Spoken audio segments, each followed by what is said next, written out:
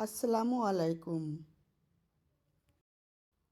প্রথমেই আমি তেল গরম করে পেঁয়াজ বেরেস্তা করে রাখলাম। বেরেস্তাটা আমি রান্নার শেষে ব্যবহার করব। এবার জয়ত্রী, জয়ফল, তেজপাতা, গরম মশলা দিয়ে একটু ভেজে নিলাম।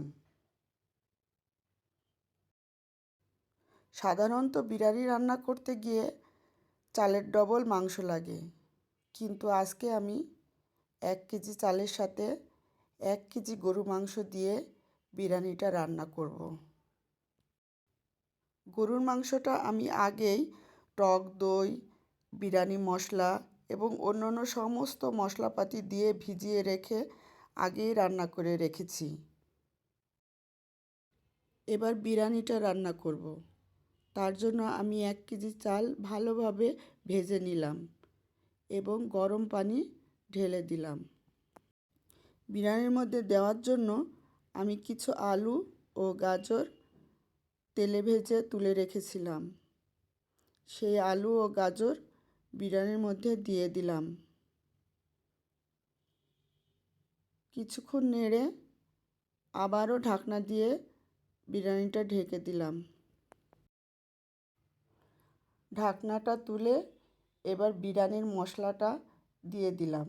বিরিয়ানির মশলা অর্ধেক আমি গরুর মাংসের ভিতরে ব্যবহার করেছি, আর অর্ধেক এই বিরিয়ানির মধ্যে দিয়ে দিলাম।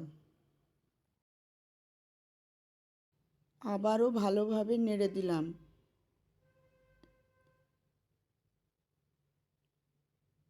কিশমিশ ও বাদাম ওর ভিতরে মিশিয়ে দিলাম। এবার বিরিয়ানির জন্য রান্না করা মাংসটা দিয়ে দিলাম।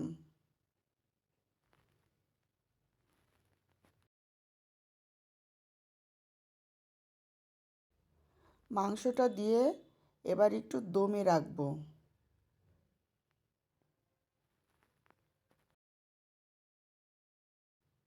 এবার নিচ উপর করে মাংসটা সব মিশিয়ে দিব।